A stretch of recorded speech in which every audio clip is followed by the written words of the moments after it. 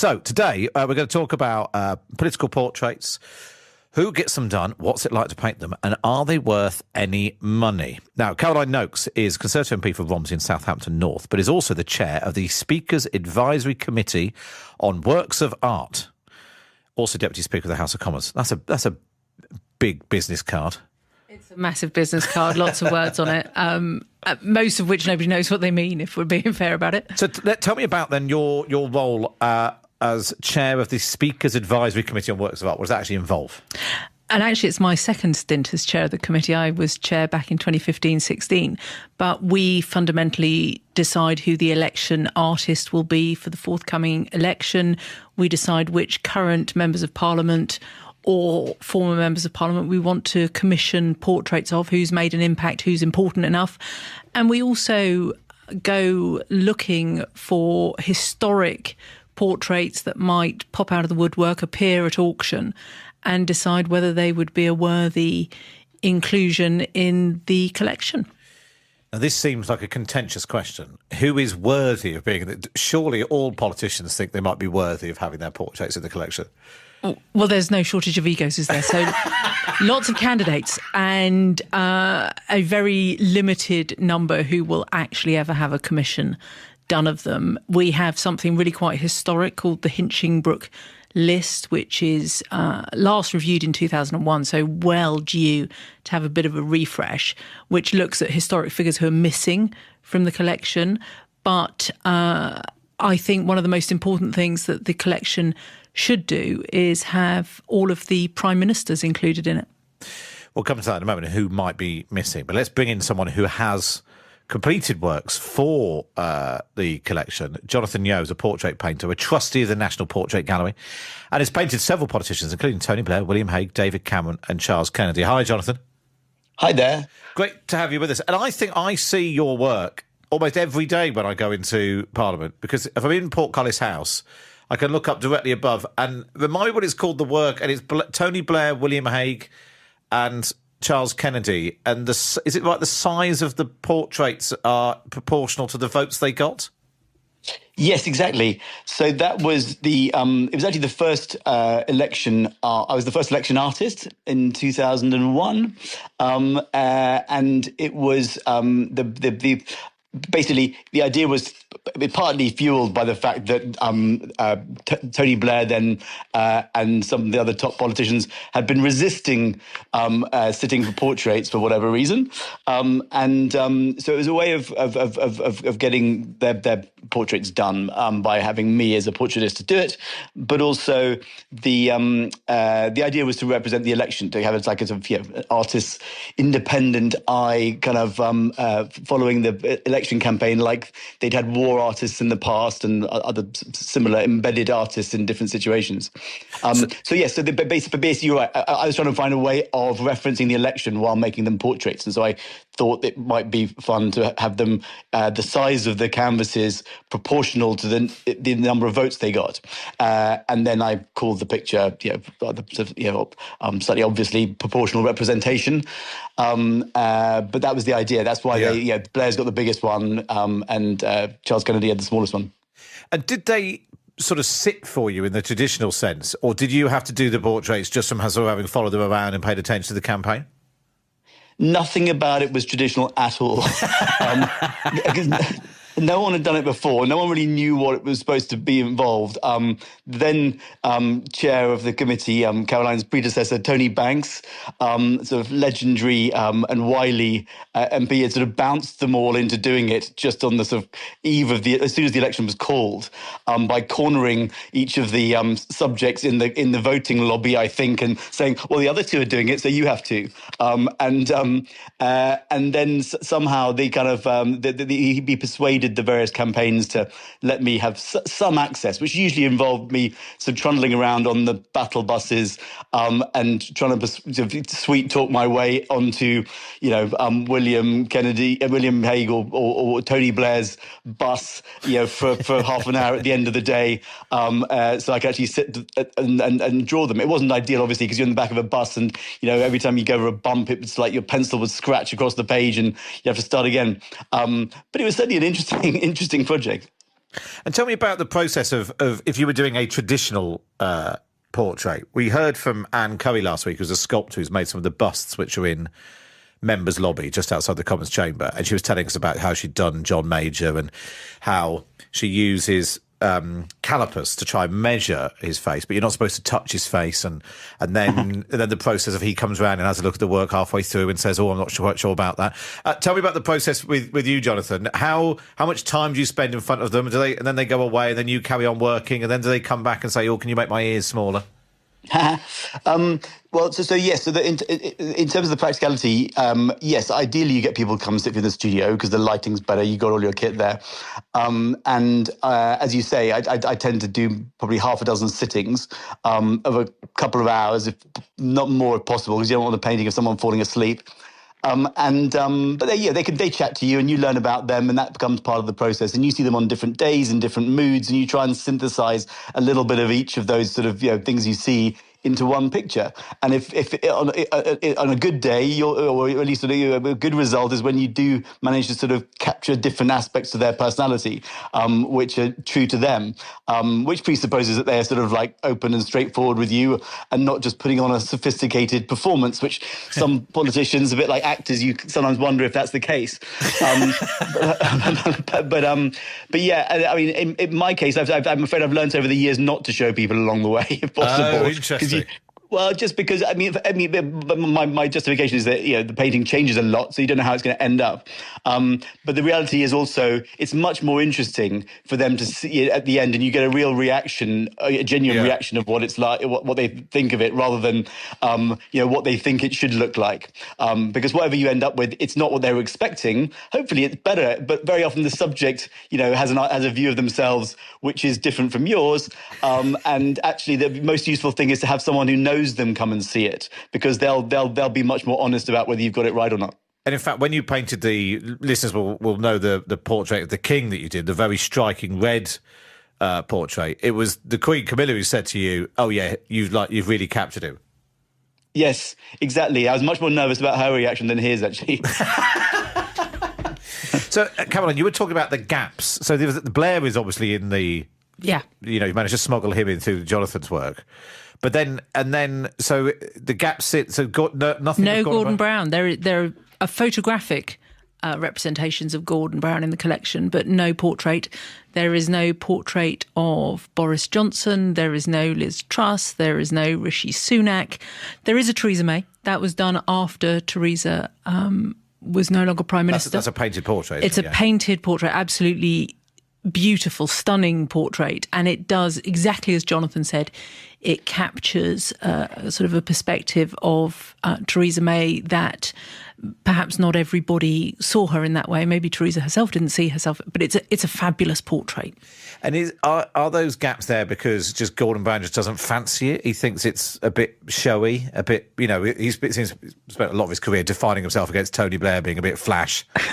So I think it's exactly that. In the case of Gordon Brown, he refused to sit. It wasn't that we didn't have time, there was no opportunity. He would not have a portrait done. Look, I think that's a shame from a historical perspective. There will be students in years to come questioning why there are 33 representations of Winston Churchill in the collection and not a single Gordon Brown.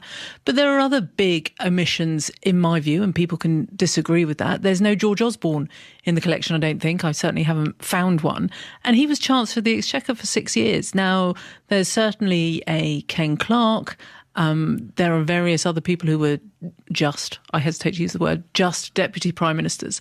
So it's not just about the prime ministers, it's about people who've made an impact on Parliament over the years, people like Nancy Astor. There's a great portrait in the collection, but not owned by Parliament. That's simply on loan to us. Oh, I see.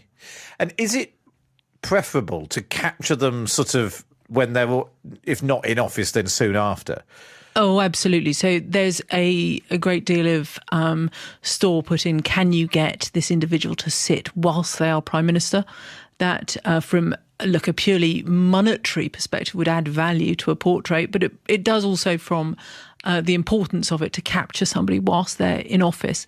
But you want to get them as soon as possible afterwards. And you can see Prime Ministers are busy. They don't want to sit down for a portrait, do they? It takes hours and many sittings. So But it's hard. It's hard to persuade them because most of them don't want to be seen to be engaging in what some might describe as a vanity project. I think it's a historic collection. I can imagine the text from some of our listeners if it was announced that every week the Prime Minister was taking an hour out to sit for a portrait of himself. Absolutely, nobody would like that. And if they had the time, Jonathan. they'd look exhausted, wouldn't they? Go on, Jonathan. I totally sympathise with what Caroline's saying. I mean, Churchill sat for several portraits during the war. And so it's not like it necessarily interferes with your ability to do the job. I agree that we're more governed these days by what the public reaction and to things rather than the reality. But I think she's absolutely right. You know, it's a different thing. You see when politicians are in office and when they're out of office, they have a different. You know, their body language is different. There's a sort of they're different people, and so if you possibly can do it, but there's the other tricky aspect is I've in my experience that you want to get people towards the end of it because inevitably a politician is going to be how they're going to be remembered and how they're going to be viewed long term. It's usually defined by what happens to them in office, and so I was lucky to do Blair again right at the end of his term in office, by which time we knew a lot about what his legacy would be. I had to do David Cameron before he was leader of the opposition before he became Prime Minister, and so you've no idea, and so you're guessing much more. So I think from the artist's point of view, and I don't know, maybe Caroline will disagree, but I think historically also to know that much more about them is great. But obviously, it's a tricky thing to have to go to them and say, well, clearly your time's almost up. Can you come and do it now? You're coming to the end of your career. Would you like to sit for a portrait? That might be tricky. And there is one of Blair that I think was done in '08. I'm not sure if that was Jonathan or not, but it's a really dark, brooding portrait that you think if somebody had painted Tony Blair in '97, they'd have got a very fresh-faced, bright-eyed Tony Blair, wouldn't they? Yes, exactly. That I think I know the one you're talking about. That wasn't mine. Mine was the sort of rather sort of bright, slightly somber face. One where he's wearing a poppy, which was my little sort of reference to the sort of foreign policy adventures, and was much discussed at the time. But it was ultimately also people tend to then have made up their mind about the subject, and so project their own sort of views of them onto the picture, and that will sort of influence how it's seen. Sort of, I think, in how it's received immediately. Is it just out of the question that you, Caroline, could just say to Jonathan, look, could you just do us a Gordon Brown? Have a look at some... You know what he looks like. There's plenty of material around. Oh, look, and we quite often get requests that are similar in nature to that. Look, there's loads of photos of this guy. Can you do it? It's hard to do a posthumous portrait. That doesn't mean that Parliament never does it, and nor does it mean that we won't be considering it again. But Jonathan will have explained the process. He gets to know his subjects. He talks to them, and every politician could put on a performance for a few hours, but the really great portraits come from the artists who haven't allowed them to get away with that. So would you agree to that, Jonathan? From a photo, yeah. To if look, we could really do with a Gordon Brown. Can you knock us up a Gordon Brown? But by the way, he's not going to talk. I think you're getting into a different area there. I mean, that then you're getting more into sort of, I think, political sort of comment, satire, sort of cartooning, because basically, you haven't got the first-hand experience. I think the kind of like the historical value of a portrait is in that first-hand experience. Yeah, it makes sense, and being able to sort of like tell some sort of story, even if it's just to reaffirm what is widely assumed. But you almost always you see another side to people in the flesh, and that's what will give the thing long-term historical value. Is that first-hand experience, the first-hand account of what they're actually like, and maybe you notice things in their personalities. Often happens, or the way they react to things, which helps illuminate the decisions they made, or kind of why things turned out as they did.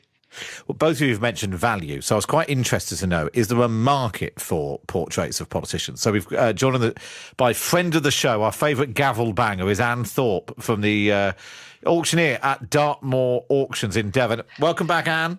Thank you. I think I'm going to have gavel banger put on my business card. I love that. Gavel banger? Yes, I think I should. Yeah, Matt Chorley's favourite gavel banger.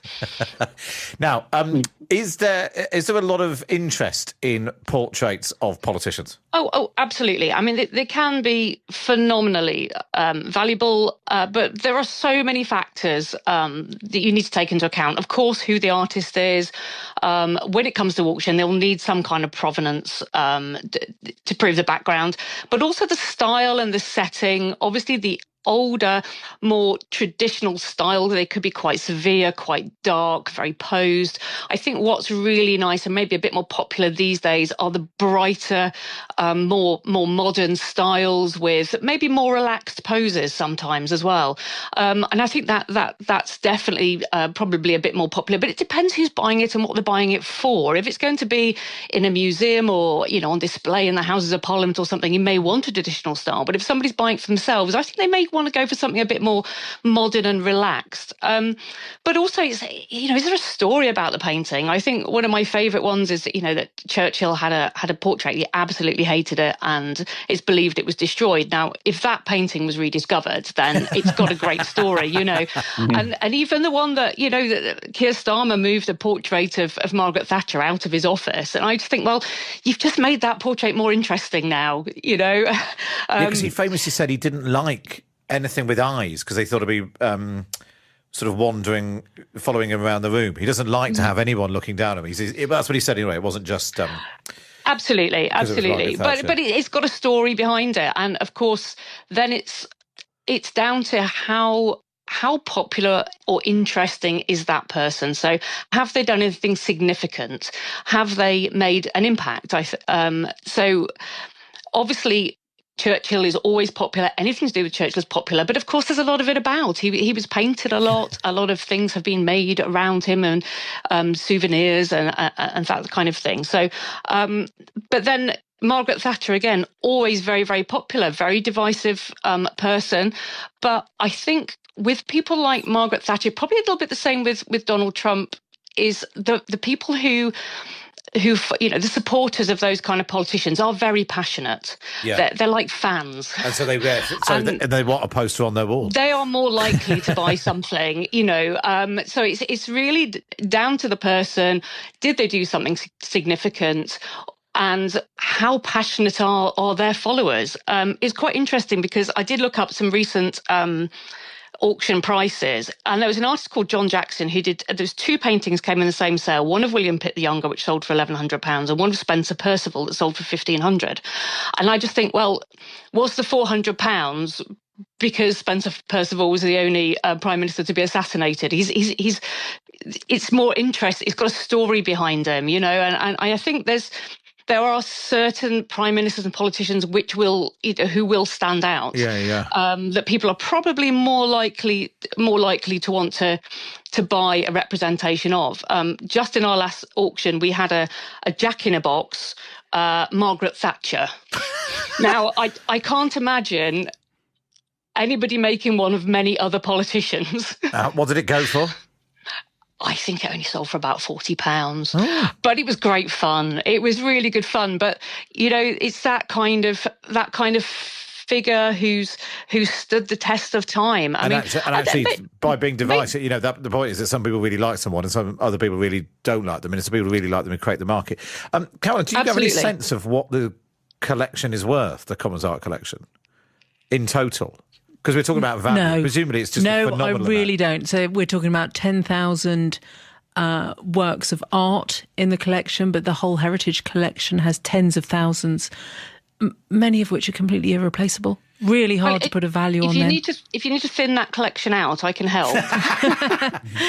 What we... To a side, we normally have auctioneers trying to sell us more. Yes, quite. Jonathan, if you could paint any politician, I don't know, because they've got a good face, or you think they'd be interesting to meet, who would it be? At the moment, maybe Zelensky. I think he'd be. I think he'd be a very interesting one, and clearly an interesting historical figure, probably in the long term as well. I think that he's the first one that comes to mind. And I suppose absolutely has that place. You could see a place in history for him already. So it sort of explains exactly. I mean, I think your other guests are right. There's it's the ones that tend to sort of have be most popular and in demand are the ones where the subject represents a particular ideology or cause or point of view, and maybe it's we haven't had enough prime ministers in office for long enough in the last sort of 20 years to kind of get to that point. There was a bit of interest when I was doing Blair. I think people wanted, the other thing, of course, is that, these things tend to be commissioned, and then whoever commissioned them tends to hold on to them. And so the works that come up for sale afterwards tend to be the studies, the drawings, things like that you've done, rather than the finished works. And so that's probably why it's hard to put a value on these things very often. But I remember when I did painted Blair, I did get people ask, kind of coming and wanting to buy the drawings and that sort of thing. I think that was the only time that happened with a politician for me. Well, it'll be fascinating to see who gets the portrait treatment in the future, and whether you ever persuade. Maybe Gordon Brown's listening. Maybe he'll take you up on your offer, Caroline. Well, we really, really want him, but I'm not optimistic. Caroline Nokes, Conservative MP for Romsey, Southampton, who chairs the Speaker's Advisory Committee on Works of Art, the artist Jonathan Yeo, who's also a trustee of the National Portrait Gallery, and our favourite gavel banger, Anne Thorpe from Tarbell Auctions in Devon. Thanks very much for joining us.